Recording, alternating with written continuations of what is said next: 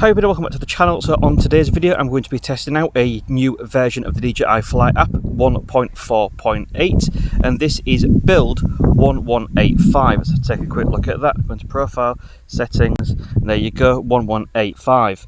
So I've actually had this version for a few days now. And to cut a long story short, I have noticed no difference whatsoever when it comes to functions, features or anything like that.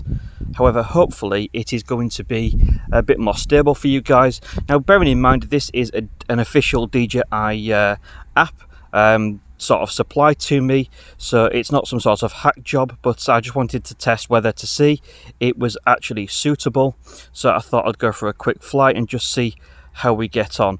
Now, what I've done previously, if you haven't already seen, I have posted and hosted all the previous app versions for Android, and I will do the same with this. I will post in my link. So as I already mentioned, there doesn't seem to be any new features on the app at all, but hopefully it's going to be a bit more stable for you guys that are reporting bugs, issues or anything else, screen crashing and not being able to select with quick shots, etc. I'm going to test that in a moment anyway, but this is the DJI Mini 2 I'm using for this, purely because my Air 2S is on for repair, and traditionally in this area I would get some sort of signal breakup. Now what I've actually done is, purely just to test out this app on the latest firmware version, I've made sure that I'm actually on 1.3.0000.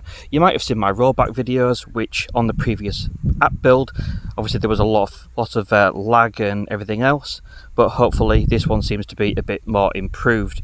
As you can see, I'm flying over this area and I did get a little bit of a stutter there, but nothing incredibly major.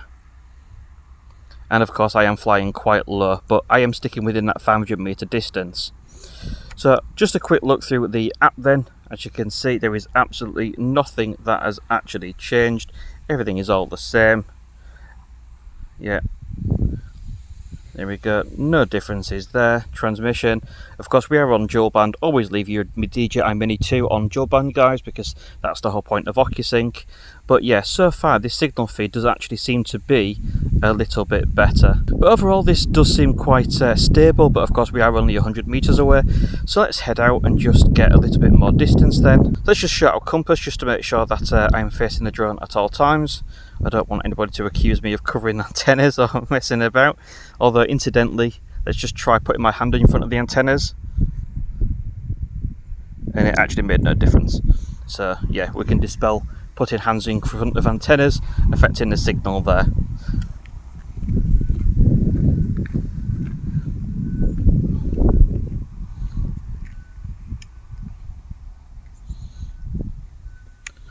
One thing that's really interesting to note as well is I have not flown in this area for quite some time actually, and the last time I flew in this area was before the firmware version which fixed the constant compass messages. So yeah, I'm hoping that has now been rectified, and that will make a big difference to some people, because I could barely fly here without getting a compass error message. So let's just bring the drone back to me.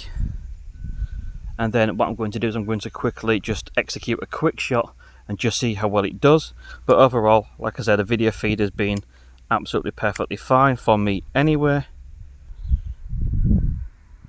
There we go. So yeah, we're doing quite well.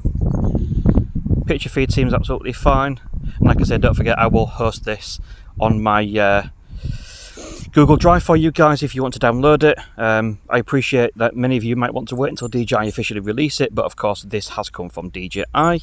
I'm just simply testing it to see how well it does. There we go, we've got the drone coming back in now then, and that's me stood there.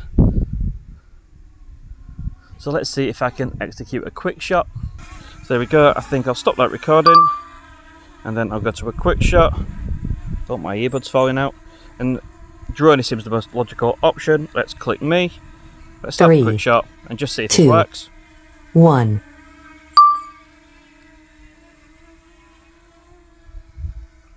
So as you saw, there was absolutely no problem with me selecting myself on that quick shot. I'll just give you a little bit of a wave. There you go, that quick shot has completed. It's going to return to the home point.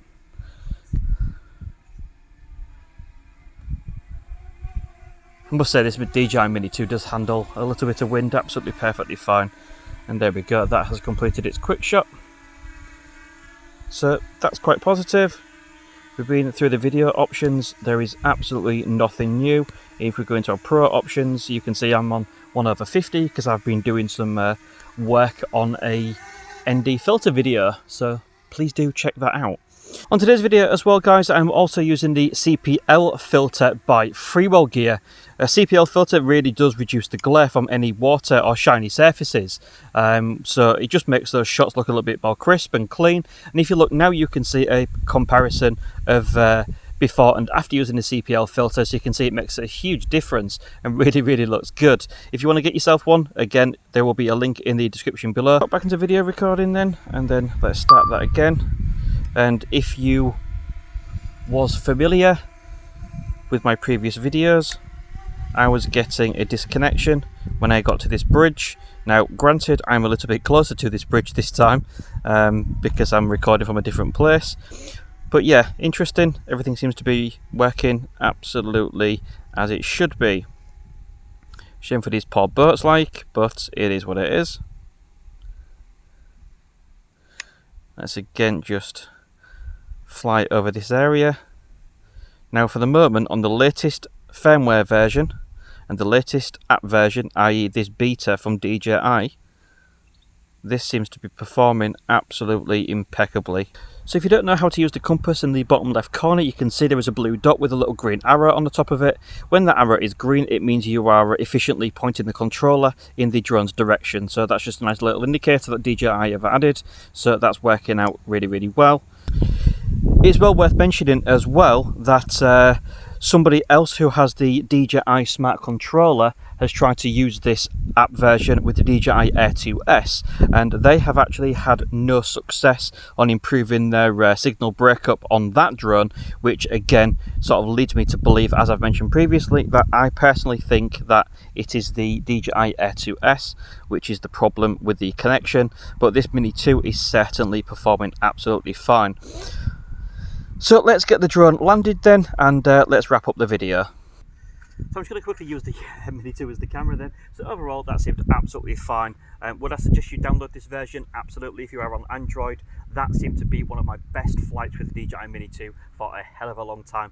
And of course, I've got a big chunk of metal buildings behind me.